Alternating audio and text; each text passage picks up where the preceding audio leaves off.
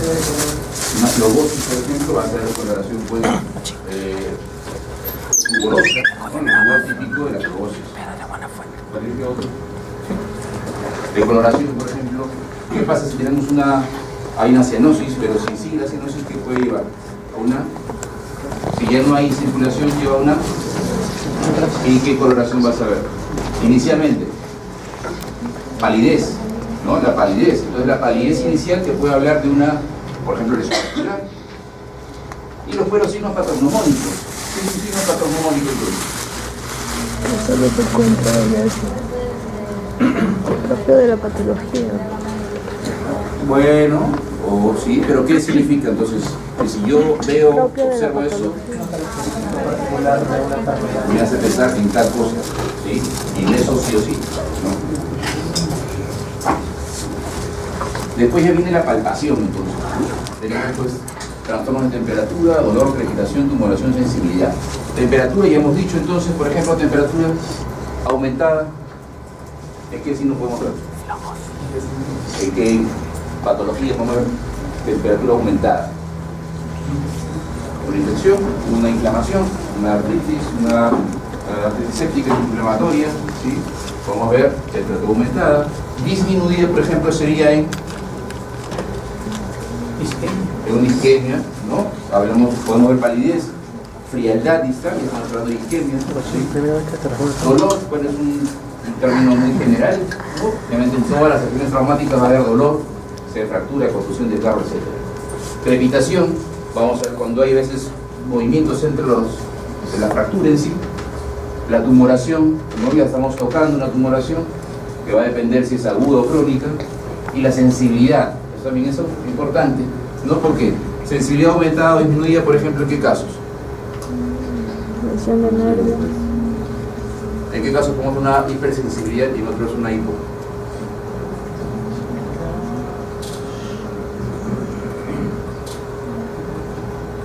¿Trastornos de qué tipo? Neurológico, ¿no? O sea, digamos que, por ejemplo, un síndrome de túnel carpo, que es lo más común, que es un atrapamiento neuroediano, de primero aumento de sensibilidad, o sea, dolor a la palpación, etc. Pero el mismo cuadro, cuando avanza, ya va a hacer la disminución de la sensibilidad y el peligro de la fuerza. Entonces, el examen hay que hacerlo completo. Hay fracturas que complican hacia lesiones vasculares sensitivas, entonces hay que hacer también la evaluación de los mismos. Los movimientos de una articulación, estamos hablando acá, ¿no? Cuando se mueven las articulaciones, las diáfisis, ya, ahí está, no se mueve, pero si las articulaciones, y acá tenemos términos que es importante que sepamos. La anquilosis, ¿qué es la anquilosis? ¿Quién sabe qué es la anquilosis? Es una fusión articular por causa natural, ¿sí? Un ejemplo, por ejemplo. Un ejemplo de una anquilosis. ¿Qué enfermedad te puede dar eso? Una artrosis, claro. Una artrosis de cualquier índole, sea traumática, secuelar, inflamatoria, etcétera, en el tiempo te puede dar eso, una rigidez y al final una anquilosis, ¿sí? La otra cosa es la artrodesis, que es lo mismo pero vía quirúrgica. Ya juntamos una articulación, en este caso para que no duela, por ejemplo. El rango articular también es importante evaluarlo, saber pues, cuáles son los movimientos de la articulación, ¿no? Los normales, eso vamos a verlo en cada segmento, ¿sí? Para, de acuerdo a decir, mira, hay disminución del rango de flexión, de extensión, de deducción, por lo tanto pensaremos que tiene tal o cual lesión. Si la rigidez es ósea, a partir de una fractura, por ejemplo, articular, que no ha hecho una buena consolidación, o de tejido blando, por ejemplo, una artritis, ¿no? Que hace inflamación, o una lesión pues, muscular muy cercana a una articulación, que hace la rigidez por tejido blando. La fuerza tiene que ver mucho con la parte de sensibilidad también. Una lesión neurológica también te da una hipotrofia muscular. La estabilidad articular. Entonces, ¿en qué caso, por ejemplo, se puede ver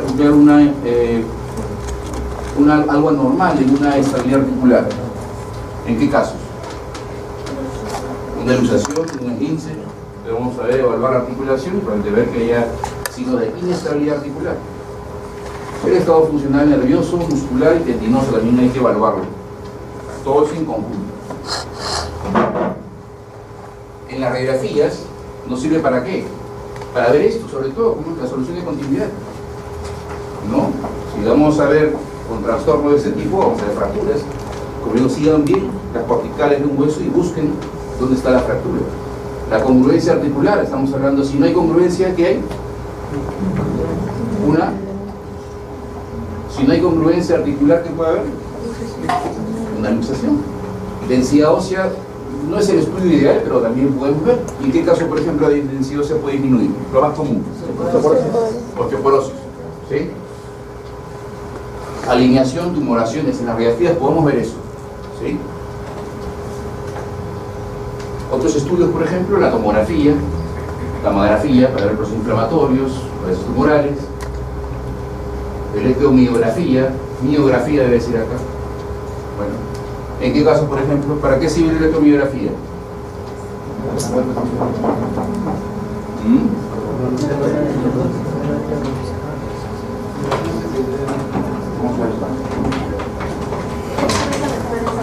A ver, déjala junta nomás. Para entonces un trastorno neurológico tipo, por ejemplo,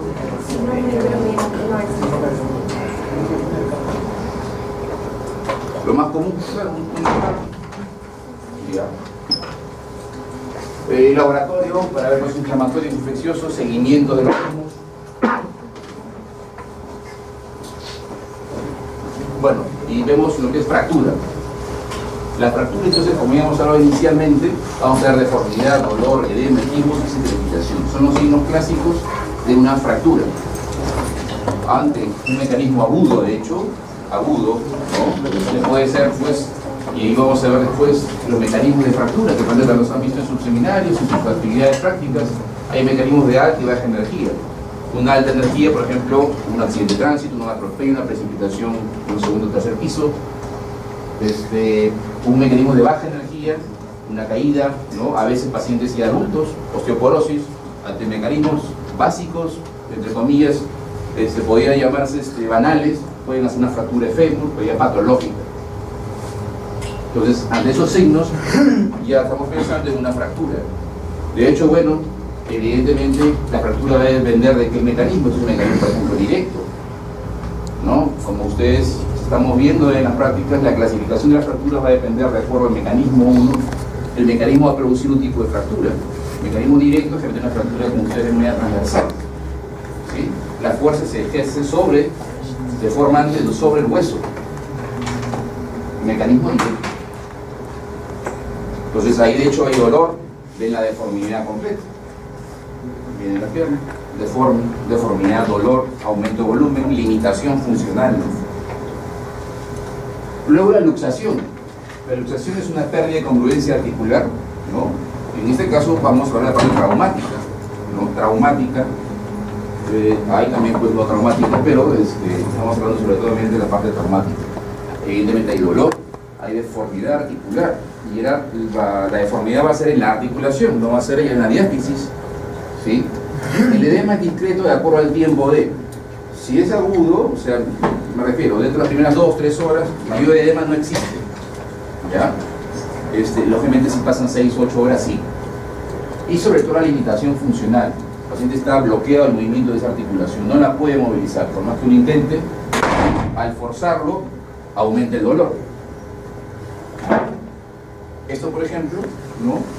Es un caso que, bueno, recibí ahí, ahorita no trabajo, recibí Miraflores. Entonces, este es un paciente, mujer, joven, hablamos de 25 años.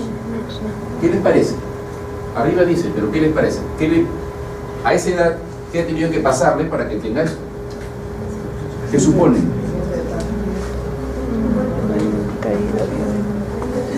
Primero, alta energía, ¿no? O sea, un paciente de 25 años para que se luxe las dos caderas tiene que haber pasado algo bien severo.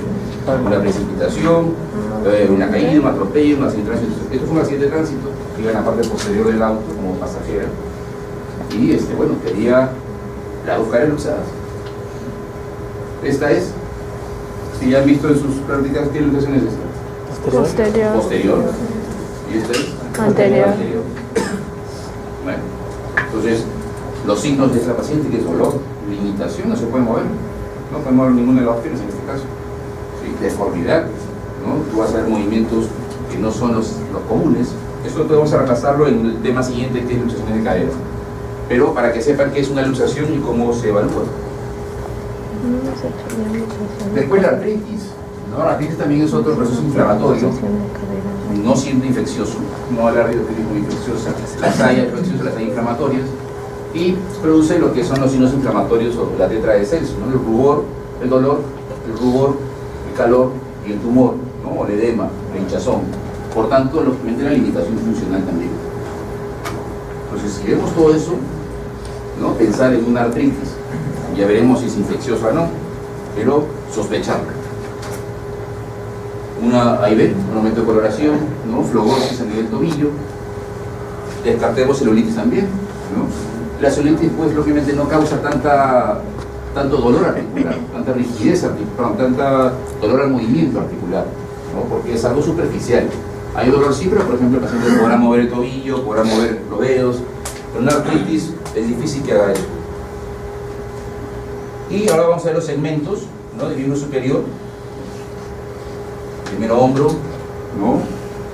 Bueno, brazo, codo, antebrazo, muñeca y mano. Ya vamos siguiendo para poder ir entendiendo. Primero el hombro, ¿no? Que habíamos hablado que es una enartrosis. ¿Qué es una enartrosis? Aquí atrás. ¿Qué significa enartrosis?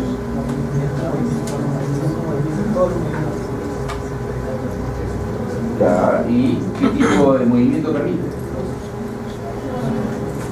Ya, ¿y qué movimiento permite? Todo, ¿no? O sea, todo. Entonces, en este caso el hombro es una articulación que permite todos los movimientos, ¿no? La abducción, como ven ahí, que es el alejamiento de la línea media, ¿sí? La abducción, ¿sí? Que puede llegar a 90 grados, en rotación neutra. La neutra es esto de acá. Rotación externa, rotación interna. Rotación neutra, puedo llegar acá. Entonces, si roto externo, ya libero mi troquíter. Bueno, el troquíter ya se libera para que pueda llevar hacia arriba, hacia 270 grados, que podamos llegar en este movimiento, ¿no? De la reducción completa. La aducción es que pasa, se acerca o pasa la línea media, 140 grados. La extensión, ¿no? Hacia atrás, la flexión hacia adelante. Y las rotaciones son promedio. Entonces es importante, no exactamente que sepan los números, ¿no? La cantidad de grados, pero sí los movimientos que tiene esa articulación. ¿Sí? Porque, que les digo, vamos a ver una articulación, pues, que les digo, la del codo, y no vamos a pretender la deducción ahí, pues, ¿no? Porque no existe. Entonces, sabiendo qué articulación realiza tales movimientos, vamos a explorar, y por tanto nos sirve que músculos también participan en esos movimientos.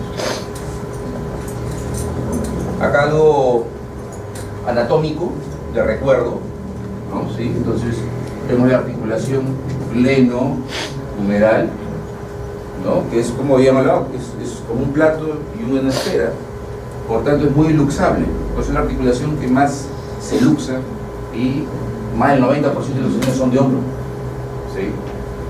Tenemos el troquíter, el troquín, entre ellos la corredera, que va al tendón bicipital, la porción larga, el acromion, la clavícula, en la articulación acromioclavicular, acá vemos mejor, la articulación con los ligamentos, ¿no? Trapezoideo conoideo, que van de clavícula a coracoides, y también existen ligamentos que van de clavícula a acromion, ¿sí? Esos se van a lesionar ambos y se va a producir la luxación acromio-clavicular, ¿no? La clavícula se levanta por ruptura ligamentaria y se produce el signo de la tecla, ¿no? De la tecla, hablando de clavícula. ¿Ya? Tenemos músculos que vienen por atrás, en este caso acá, que es el mango rotador, ¿sí? Que va a participar sobre todo estos que vienen de atrás, acá está la imagen, el supra, esta es la espina, supra e infra, ¿no? Esos tres van a la parte posterior externa, que es el troquíter, y esos músculos permiten ¿qué movimiento? Abducción, Entonces son abductores, ¿sí? En primeros los 30-40 grados, de ahí ya viene el deltoides. Entonces, por eso cuando un paciente tiene lesión de estos músculos rotatorios supraespinosos, no va a poder, aparte de rotar esta, no va a poder abducir. ¿No? A veces se levanta y después algo jala, pero está hablando con el deltoides, que también es abductor. De la parte anterior de la fosa subescapular, ¿no? Va a ir el mismo nombre del músculo hacia el troquín, ¿sí? Troquín, y este será sobre todo un rotador interno, ¿sí? El bíceps tiene sobre todo, ¿no?, movimientos de flexión de codo. También vemos acá algo. ¿Esto qué les parece que es? Esto celeste que se ve.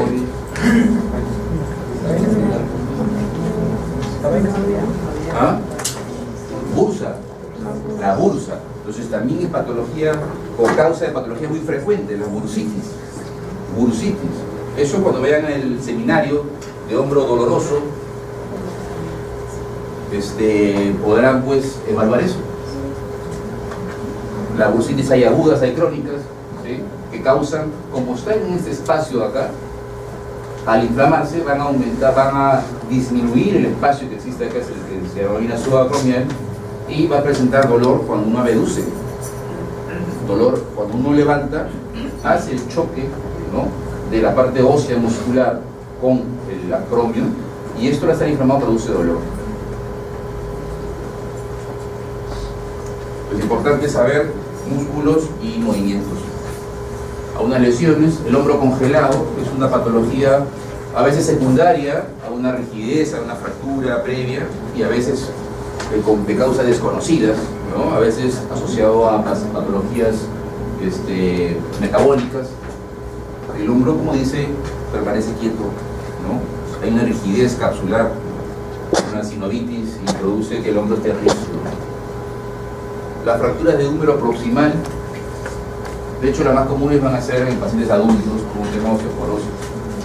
Las fracturas de clavícula, por mecanismos de caída sobre hombro, van a producir la más común, que es la fractura de tercio medio.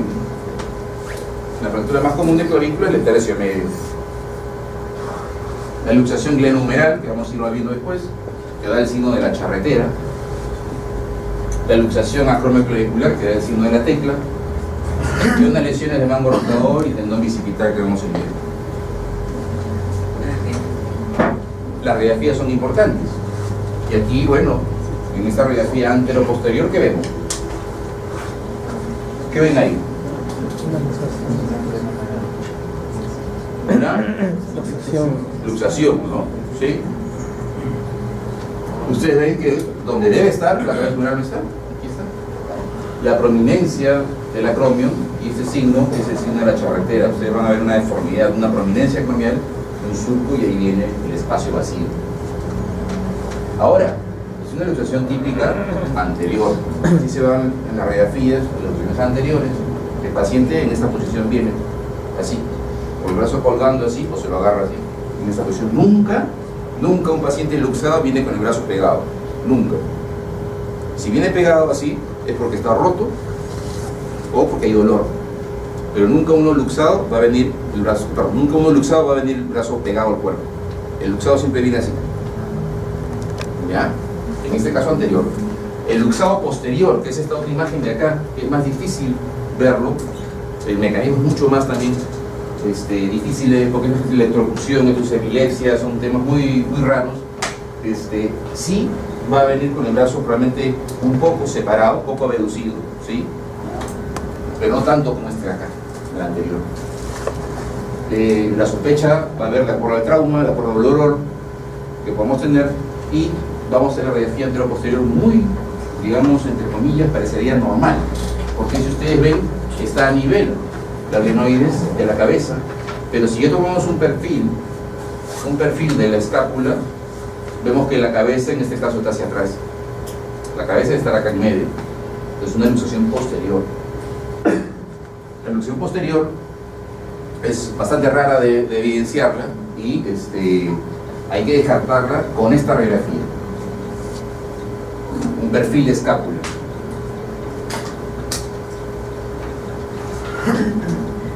Esta, bueno, es un paciente que tuvo los dos hombros luxados.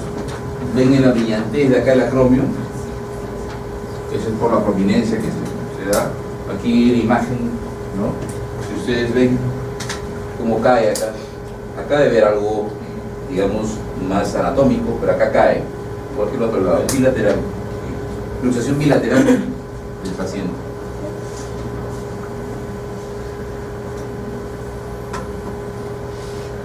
Brazo. En el brazo, bueno, hay que evaluar la parte muscular. Igual siente sensibilidad, alineación y deformidades. La sensibilidad de todo el miembro superior va a estar dado por el plexo cervical. Y muchas patologías que uno dice que puede ser de hombro, de brazo, codo, mano, dependen del cuello. Dependen del cuello. Siéntese bien. Si se echan, se haga dormir. Entonces, deformidades en un brazo a través, por ejemplo, de una fractura, ¿sí? De una alteración muscular, como vamos a ver en estos dibujos. Por ejemplo, ¿no? En este caso de la izquierda, ¿qué les parece que tiene ahí? Una fractura, ¿no?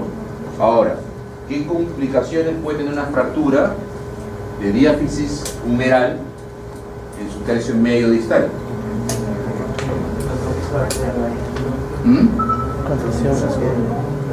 Mediación puede ser, pero más otra cosa. Nervio. ¿Quién? Nervio. ¿Qué nervio? Nervio radial. El nervio radial pasa por el canal de torsión, ¿sí? Y va a poder tener lesiones, a veces por compresión misma de la fractura, a veces por edema, a veces atrapamiento mismo del nervio dentro de la fractura. ¿Y qué vamos a ver?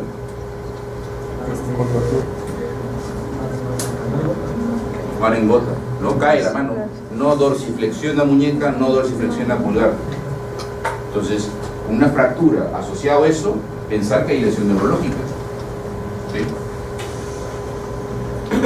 Esto de acá, de pronto, un paciente muy deportivo, ven los rollos que tiene, muy deportivo, se mete al gimnasio y comienza todo el día y de pronto siente como un conejo, ¡flac!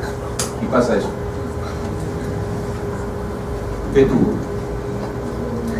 Lo que dice ahí, ¿no? El vientre, como usted es muscular, no es que sacó mucho, ¿no? Sino que en este caso, como se ha elevado el vientre muscular, se ha roto el tendón bicipital en la inserción radial.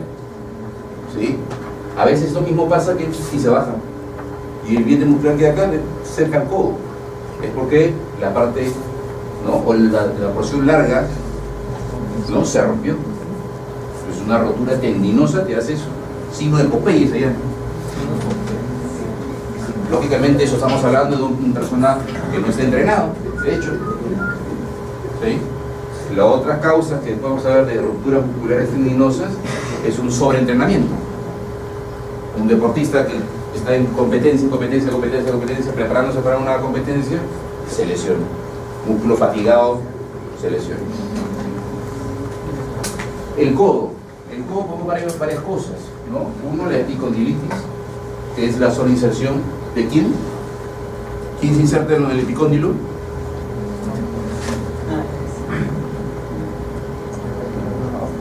¿Extensores o flexores?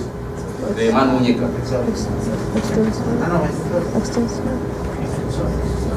El epicóndilo es este acá, el epicóndilo lateral, o el otro es el epitrófeo. Se extiende, se insertan los extensores.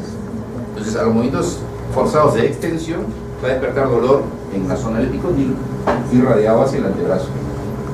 Codo de tenista, ¿sí? La epitrocleitis es el equivalente en la zona epitropeal o de flexores. Es el codo de golfista. Bursitis, ¿no? Vamos a ver edema, aumento de volumen en la zona olecraniana, a veces por trauma, a veces por un tema inflamatorio. Tofos, gotosos, también el codo vamos a ver importante a veces. Las luxaciones de codo también es importante. Fracturas y lesiones nerviosas, ¿no? Espacio de nervios, sobre todo el cubital, fácilmente se puede lesionar. De hecho, todos estos temas van a vivirlo cuando hay trauma, en la clase de trauma de codo, fractura de codo, van a verlo esto un poco más, ¿no? Las articulaciones que existen en el codo, ¿sí? La articulación olecraneana, ¿no? O húmero olecraneana, que es una articulación de tipo. ¿Qué tipo?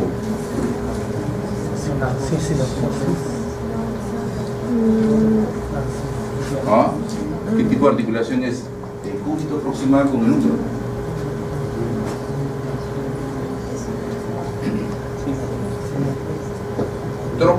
Trocleartrosis. Permite movimientos de flexo-extensión. Otra, por ejemplo, trocleartrosis común, rodilla, ¿no? La patelo-femoral. ¿Sí? La otra articulación que existe es entre el radio, ¿no? Cabeza o cúpula radial, y el cóndilo humeral, articulación condilo. Y la otra articulación entre el radio y cúbito proximal, que va a participar en los movimientos de la radio cubital. ¿De qué movimientos habla? Pronosupinación. Ahí están las tres articulaciones: troclear, la cúbito húmero, condilo, la radio húmero, y trocoidea, que permite esos movimientos de rotación, en este caso, que es la supinación y pronación, la radio cubital proximal. La extensión llega a 0 o 15 grados a veces. La flexión 145, tu dedo medio tiene que tocar el hombro, eso es lo que corresponde. Y la pronosupinación promedio 75 grados. Una luxación de codo, ¿ven?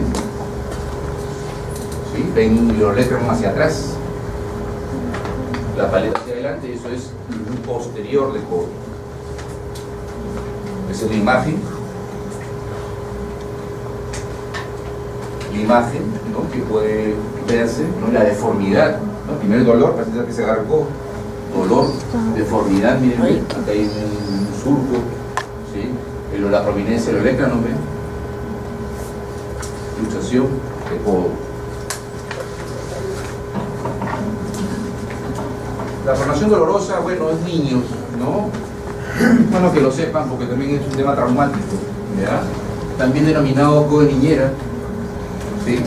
Se produce en niños hasta de 4 años, puede ser, desde los 6 meses yo he visto, en el cual el niño, ¿no? Lo están llevando en la manito y de pronto le da la pataleta, o se tira al piso, o se cae, y el familiar lo jala bruscamente para que no se caiga, y hace una subluxación de la cabeza radial a nivel de la articulación radiohumeral, subluxa, y queda el niño en pronación.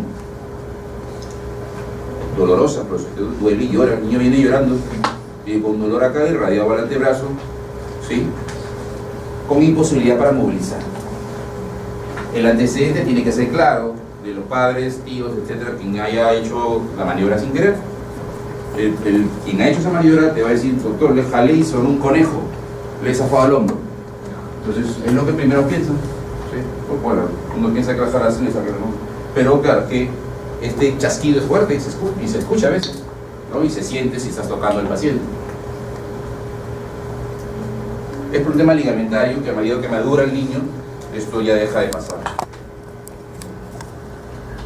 Esto, bueno, hay que reducirlo fácilmente, pero es importante el diagnóstico previo. Si no hay antecedente claro, debemos tomar en una radiografía, descartar una fractura. No sabemos si el niño se cayó, no sabemos qué le pasó, no sabemos, lo encontramos llorando, viene así. Entonces, antes de proceder a la maniobra de reducción, tomamos una radiografía para descartar una fractura, porque un codo de niñera, una producción dolorosa, la radiografía se ve normal. Para tomar la plaquita no va a tener nada, no se ve la cabeza. Esta es una imagen exagerada, no se sale así jamás, ¿no? No, o sea, aparte de que es un codo adulto, ¿no? Es algo para que se pueda entender, ¿no? Pero los núcleos vas a ver los chiquitos y la cabeza en su lugar, no la vas a ver afuera. Pero te sirve para decir: no tiene fractura, puedo hacer la maniobra de reducción. La bursitis olecraniana, ven ahí, una tumoración flogótica. En el antebrazo, bueno, deformidades, edemas, tumoraciones, fracturas generalmente. Fracturas de antebrazo, generalmente la gran mayoría traumática siempre. En este caso, un tema congénito, que ustedes ven, está unido, el radio y el cúbito. en la zona proximal. Entonces ahí ese niño no va a poder hacer qué movimiento. Como supinación. Despierta. Muñeca. En la forma es la que en forma más frecuente se va a lesionar. Y lo que ustedes en todas las prácticas que ustedes puedan hacer en hospitales donde estén yendo, van a ver sí o sí fracturas de muñeca, van a ver sí o sí esguince de tobillo. Es lo más común que van a ver. Las luxaciones pueden ver hombros, pero depende también de la frecuencia con la que puedan estar en el momento. Pero sí la muñeca es lo más común, tanto por un tipo laboral como por un tema de osteoporosis. ¿Sí? Entonces, por tanto, hay que saberla bien, y es lo que siempre cuando estamos en los hospitales les pedimos que estudien anatomía ósea, anatomía tendinosa, extensores, flexores, vascular, nerviosa, a nivel de la muñeca, etc. En este caso, ustedes ven una deformidad típica en dorso de tenedor. Ustedes ven ya una mano de una persona anciana con osteoporosis, una fractura de coles. Sí, la deformidad tipo coles. ¿Sí? En dorso de tenedor. Vamos a ver, por ejemplo, edema tendinoso, en problemas de inflamaciones tendinosas que vamos a ir viendo, tumoraciones con un ganglión. ¿Qué es un ganglión? Es un quiste sinovial. La deformidad, fractura y luxación, y también ver la parte muscular ahí. El signo de Tinel, importante. El signo de Tinel es a la percusión en la zona donde se ubica entre los dos palmares, el nervio mediano, tú percutes y despiertas parestesias a nivel de la zona de inervación del mediano, estos tres y la mitad radial del cuarto. ¿Sí? Es el signo positivo que habla de una compresión del nervio mediano, un síndrome del túnel del carpo. Bueno, un poco de anatomía, ¿no? Esta es la distribución del túnel del carpo, nervio mediano, los flexores profundos, los flexores superficiales, ¿sí? El paquete radial, paquete cubital, abajo el coronador cuadrado, radio cúbico. Es importante, ¿no? La distribución, para cuando tengamos una lesión, sepamos por grado de profundidad qué lesión podemos tener. El mediano está bien superficial. Más abajo de eso están todos los flexores. Entonces una lesión a más profundidad, más lesión va a tener. Los movimientos, la dorsiflexión, ¿no? 75 es que la flexión palmar, desviación cubital, radial.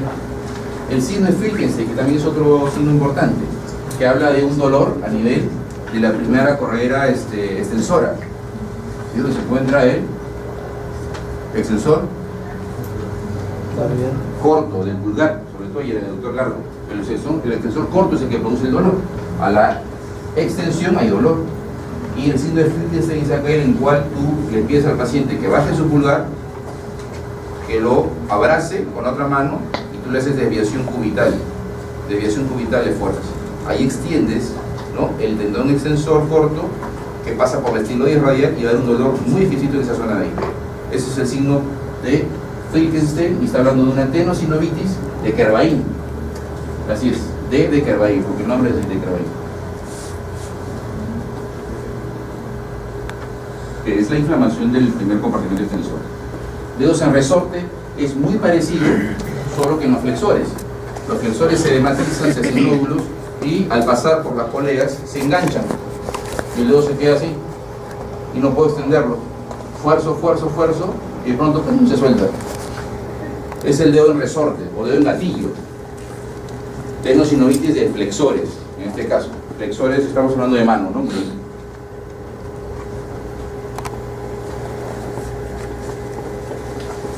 Este es el signo de Filkenstein. Radiografía, siempre importante, ¿no? El AP, perfil. Ahí ven, ¿no? El AP, el perfil. ¿Sí? Siempre una distancia de elevación 1 centímetro por encima, la estiloide radial que la cubital. Importante eso saberlo. Terminamos con la mano entonces, este primer tema. Mano traumática, estamos hablando acá, bueno, son lesiones graves que el paciente puede tener y confluyen muchas estructuras, ¿no? Estamos hablando óseo, tendinoso, nervioso, vascular, ¿no? Entonces es un lugar del cuerpo muy fino, ¿no? Con mucha dedicación. Forma y tamaño. Si vemos un paciente, ¿no? Con una macrodactilia, ¿no? Y lo vemos de pronto que es alto y con prognatismo, para pensar en una macromegalia, ¿no? Si vemos un paciente te da la mano y tiene 6 dedos o 7, tiene más dedos de lo normal, una polidactilia. ¿Qué significa que tiene cuántos dedos de más?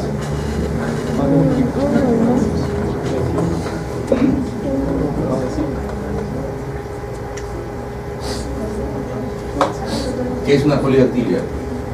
Más de 5 dedos, más de 20 dedos. Más de 5. Todos tenemos polidactilia. Más de 20. Más de 20. ¿Cuántos dedos tienes tú? No, dije más de 5. Lo normal son 20 dedos que tengamos, ¿sí o no?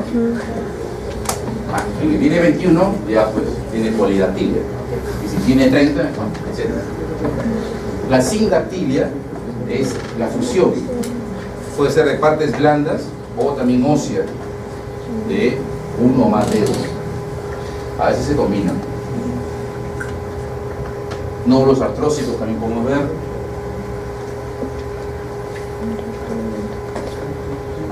En inspecciones, gangliones también podemos ver en la muñeca, en la mano, en los dedos. Paroniquias, que es la inflamación del borde, ¿no?, del unguial. Dedos en gatillo, ya vimos que es el resorte. Dedos en martillo. ¿Qué es un dedo en martillo?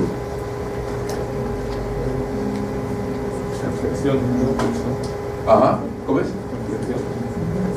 ¿Qué le pasó para que esté flexionado? ¿Qué está flexionado? ¿Qué articulación? ¿La interferencia proximal o distal? La distal, ¿por qué? ¿Por? En el extensor.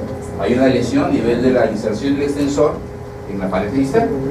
Entonces, por tanto, predomina el flexor y queda en esa forma. Entonces se llama dedo en martillo. Una lesión a nivel de la inserción del tendón extensor en la falange distal te va a dar como consecuencia un dedo en martillo. El dedo en butonier o botón o cisne es, después vamos a ver una imagen, ¿sí? Es más fácil verlo que complicarlo. Entonces todo eso tenemos que ir viendo en los dedos. En este caso, por ejemplo, en el lado izquierdo, una luxación, ustedes van a ver una deformidad a nivel articular. ¿Ves? Ahí está la articulación, está luxado. Entonces vamos a pensar más en luxación que en fractura.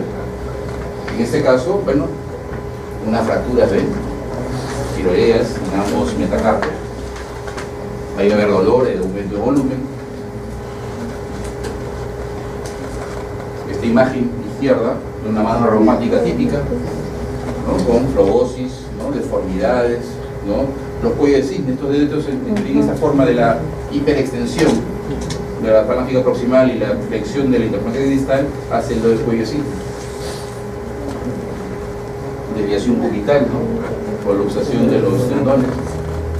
Esto, ven, un ganglión bastante común también, o quiste sinovial.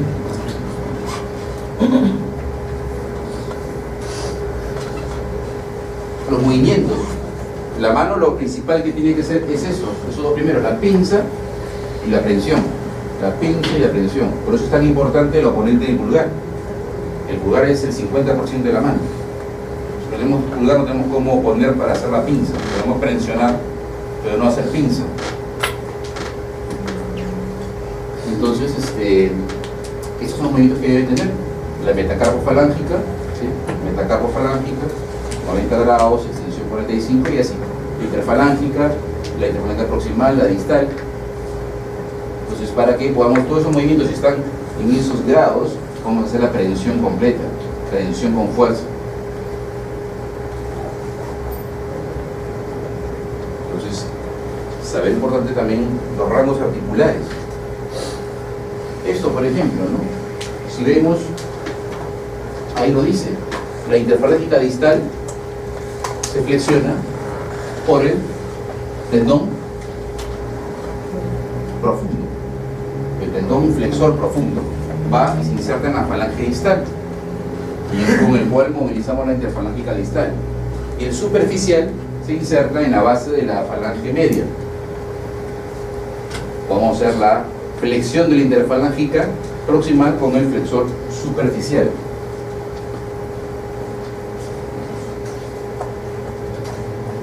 Esto es lo que le decía. Bueno, el lado izquierdo, los extensores propios.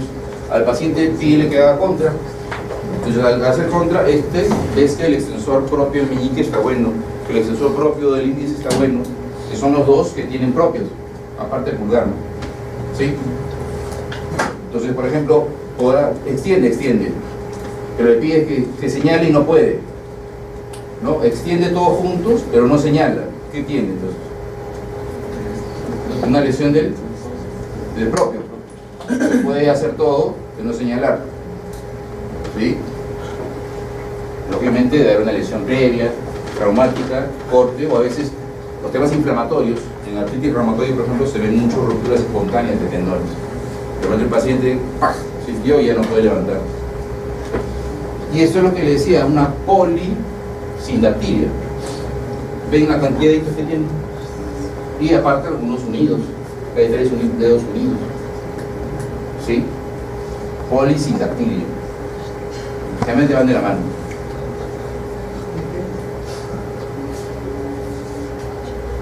La inervación de la mano entonces, importante.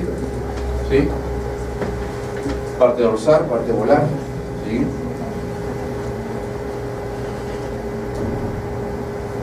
Nervio mediano. El radial en la parte dorsal. Y la parte ulnar, ¿no? O cubital, ¿no? El quinto y la mitad, digamos, el lado cubital, ¿no? Del cuarto dedo.